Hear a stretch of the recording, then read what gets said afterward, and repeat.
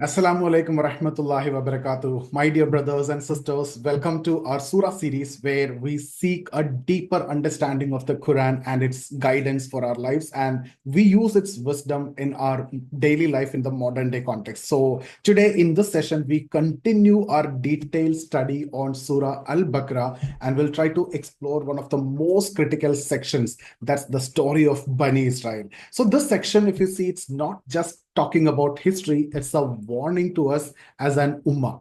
So, see, Bani Israel was once the chosen nation, and why did they fall from Allah's favor? So, that's what we will be discussing. And why does Allah keep reminding us of their mistakes and what lessons must we take so we don't repeat their errors? So, if you see Surah Al Baqarah, that repeatedly addresses Bani Israel's past mistakes because the same mistakes can appear in any nation, including the Muslim Ummah.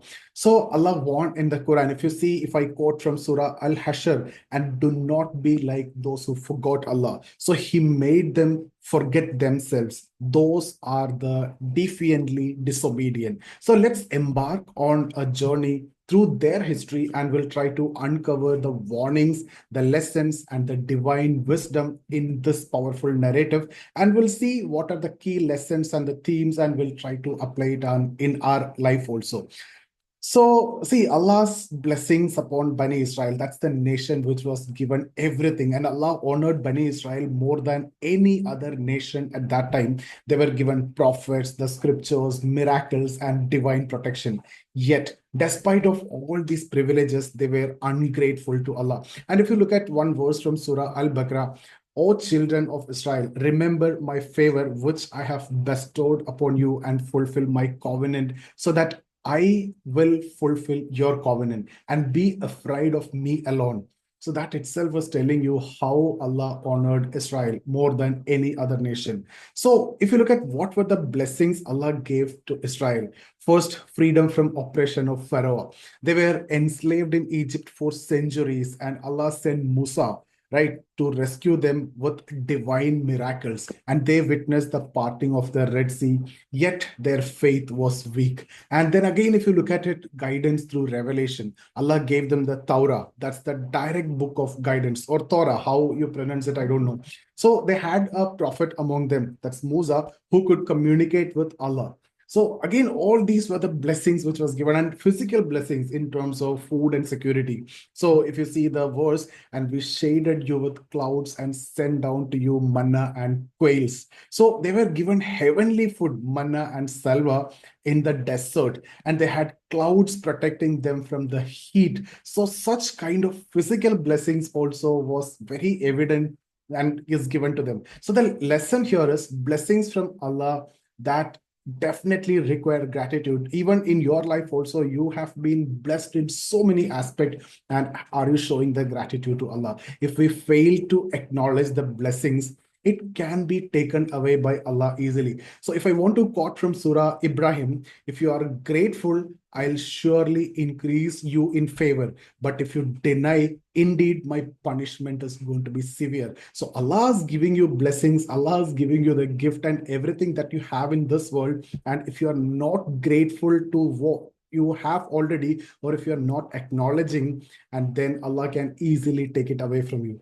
So if you see the first test here, worshipping the golden calf that I'll be talking about, after being saved from Pharaoh, they quickly returned to idol worship again, and they saw Musa go to Mount Sinai, okay, to receive the Torah. But in his absence, they made a golden calf and started worshiping it. That's against Allah, and that's again not showing gratitude. So see here, the key lesson is faith must be strong in both ease and worship, right? So in during your tough time, you need to have that faith, and at the same time, your easy time also, you should have the faith. So here, the lesson is at your easy time, at the same time, hard time also, you need to have the faith, and not only the hard time. When the leader is absent, a true believer, what he will do, he should remain firm in his faith. So here, when Musa is not there, So what others are doing, they started worshipping the golden calf. And if I want to take a verse from the surah, and when we appointed 40 nights for Musa, then you took the calf for worship after him while you were wrongdoers. So that's again mentioned in Surah Al-Baqarah. And if you see, if I want to quote from Surah Al-Hajj, and of the people is he who worship Allah on the edge. If good befalls him, he is satisfied. But if if trial befalls him, then he turns on his face. So all these are basically telling you, you should have faith in your good time as well as in bad time, not only in bad time or in hardships. In your easy time also, you should have that faith. And let me talk about the story of the cow, the arrogance in following Allah's command. So the Surah Al-Baqarah verse, and when Musa said to his people, indeed Allah command you to slaughter a cow. So here a wealthy man was murdered and no one knew who the killer was, and Allah commanded them to sacrifice a cow, and the dead man would be revived to name his killer. So instead of obeying Allah's command, they mocked the command and kept questioning Musa. Okay, so they said, do you make fun of us? So that's again directly from the verse only. So instead of slaughtering a cow, what they did is they demanded specific details, and they kept asking what kind of cow, what color of cow it should be, and should it be young or old?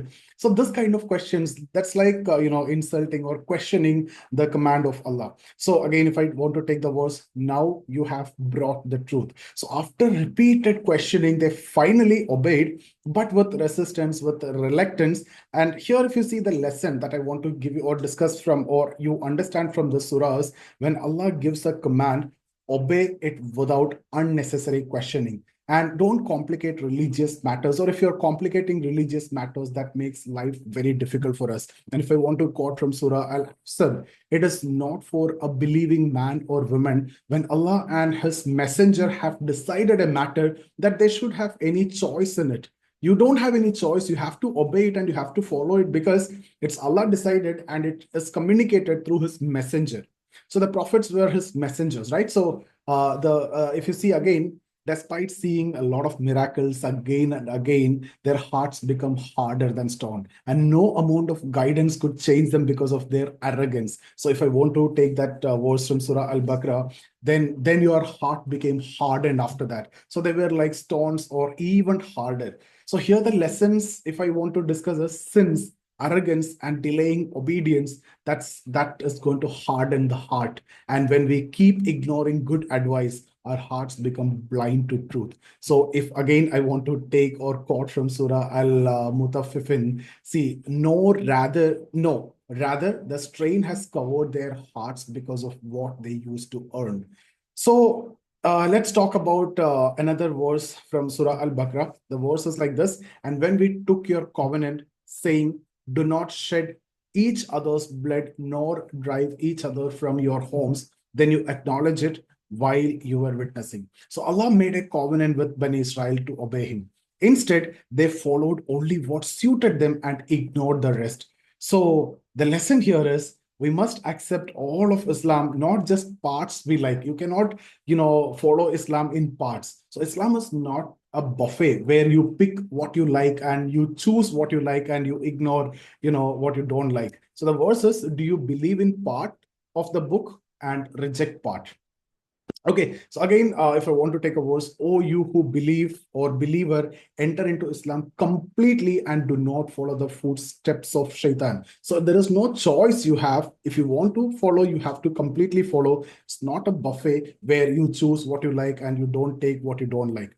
So if I want to talk about the overall lessons from the surah, or the story of Bani Israel, obey Allah without any delay. There is no questioning. And faith is about trust in Allah's wisdom, and also not endless questioning. You cannot question, you cannot have reluctance or resistance. Allah is conveying something and Allah is telling you to follow. You have to obey it blindly. Don't let your heart become hardened. Avoid any kinds of sins and arrogance, and they make the heart blind to truth. So don't pick and choose from Islam. Accept all of Islam, even if it is difficult. You cannot, Islam is not like a buffet where you like something, you take that, and you don't like something, you don't take that. And there is no such flexibility in Islam. If you are a follower, you will have to follow it completely, and also learn from the mistakes of others. Bani Israel's history is recorded so that we don't repeat that mistake. So take warning, O people of vision. So that's I want to quote from Surah Al-Hashr. So what I want to tell you, my brothers and sisters, Surah Al-Baqarah in fact teaches that faith requires action, discipline, and sincerity. So if we behave like Bani Israel, the children of Israel, questioning Allah, delaying the command, and disobeying His command, we too could lose Allah's blessings. So that's all what I want to discuss in this session. So what lesson from this surah impacted you the most? You can share your reflections as the comments. So that's about this session. Thank you so much. May Allah bless us all. See you in the next video.